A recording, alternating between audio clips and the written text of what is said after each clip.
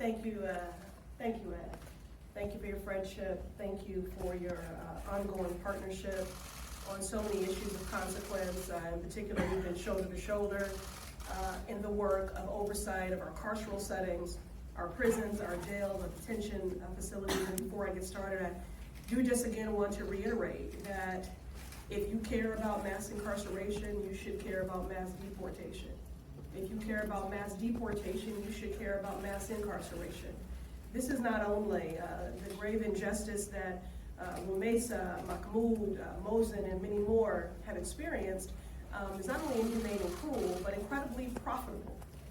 These are facilities owned by corporations, and in the same way that those private prisons benefit from mass incarceration, these private detention centers, facilities benefit from mass deportation and incarceration. So I did just want to name that.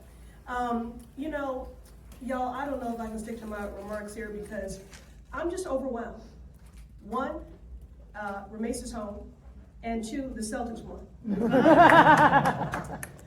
But, you know, seriously, just bringing a little levity because we're long overdue for some joy. The second I saw Rümeysa, I just exclaimed loudly, "My sister." I felt an immediate kinship with her, and as we approach Mother's Day, it is important that, and I think the public outcry, the rally has been a testament to the fact that we see Rümeysa as our sister. We see Rümeysa as our daughter.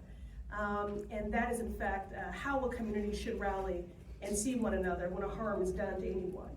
Because we are one human family and our destinies are truly tied.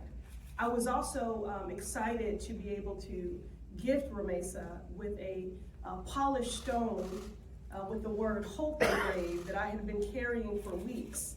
I had two stones with me when we went to rural Louisiana. And again, I thank Senator Markey for his steadfast leadership and partnership, my brother colleague Jim McGovern for journeying together to rural Louisiana, and I had a polished stone with the word courage engraved for Mahmoud, and a polished stone with the word hope engraved for Rümeysa.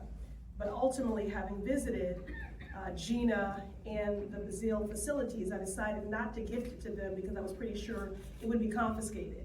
So I was so excited to be able to place that in the palm of her hand today because I just wanted her to not lose hope and to know that we had come to see about her and we were going to continue to do that until she was freed.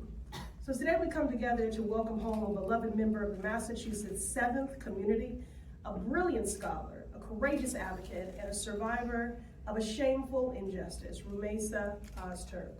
Today marks a significant step forward and a victory for Rümeysa, a victory for due process, and a victory for our democracy. But it is also a somber day, and I know it is bittersweet for Rümeysa because Rümeysa should never have been abducted and ripped away from her community in Somerville in the first place. She should never have had her visa revoked. She should never have been transported almost 2,000 miles away to an ICE facility in rural Louisiana and subjected to squalid, inhumane conditions. She should never have suffered multiple asthma attacks and feared for her life so far away from home. Last year, Rümeysa authored an op-ed that centered the dignity and humanity of every person and was critical of her university's response to the crisis in Gaza. She exercised her fundamental First Amendment right. And citing nothing more than an op-ed, she was met with the full force of Donald Trump's authoritarian project: silenced, detained, and punished. Rümeysa, we work each morning. Since then, we've worked with you on our mind. Massachusetts did not forget about you for a minute. Your classmates and your neighbors peacefully gathered in the street, lawyers, elected officials, and people of good conscience from every walk of life spoke your name daily.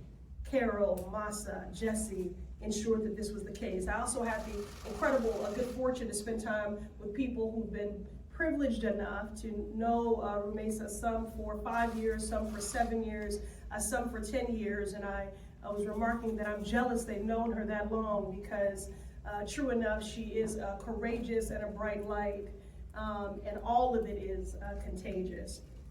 But we refuse to be silent, sounding the alarm on this injustice and elevating your story time and again, Rümeysa. And yesterday, a federal court ordered Rümeysa released on bail. When we traveled to Louisiana last month to meet with Rümeysa, what we saw was unconscionable. Rümeysa was being denied proper medical care, left to suffer through intense and worsening asthma attacks without her prescribed medications, forced to endure inadequate meals and religious accommodations, denied even basic necessities, and subjected to inhumane living conditions.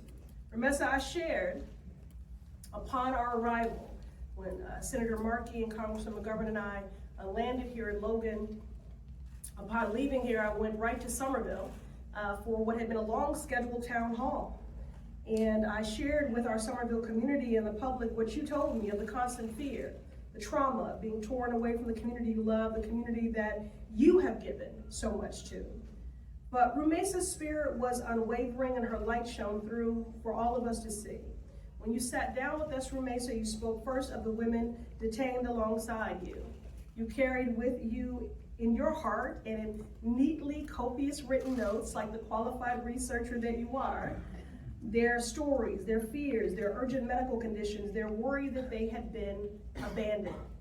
I was haunted by those words where Rümeysa said, the women here have cried aloud, has God forgotten about us? Has the world forgotten about us? Rümeysa's experience was not just an act of cruelty, it was a deliberate, coordinated attempt to intimidate, to instill fear, to send a chilling message to anyone who dares to speak out against injustice. I've said it before, Donald Trump is a dictator. Dictator seeks to silence dissenting voices, wants a citizenry that is ignorant and uninformed, a citizenry that is indifferent to the suffering of a neighbor, a citizenry that is inactive. Today, we're sending a message of our own to this White House. Your efforts to silence Rümeysa, to crush dissent, to undermine our fundamental rights are being rejected. Rümeysa, my sister, our sister, we welcome you home with open arms. We never forgot about you. You are loved, you are seen, and we will not rest until you are fully exonerated. Your visa is restored, and you are free to continue your studies and your service to our community. But let us also be clear, this fight is not over. Rümeysa is released on bail, but her deportation proceedings continue. So while we take stock of this important victory, made possible because of the dedicated people behind me and thousands more because of public outcry, we're clear-eyed about the work that remains. To everyone who has stood with Rümeysa, who has spoken out, who has joined in this fight in Congress, in the courts, and in community, thank you. We would not be here today if it weren't for you. Our work is not done, but we are stronger together. Throughout my time in public life, I've had the privilege and emotional honor throughout these years to say these two words to many people upon their return from prisons, jails, and detention facilities. Welcome home. And now we'll hear from Jesse from the ACLU.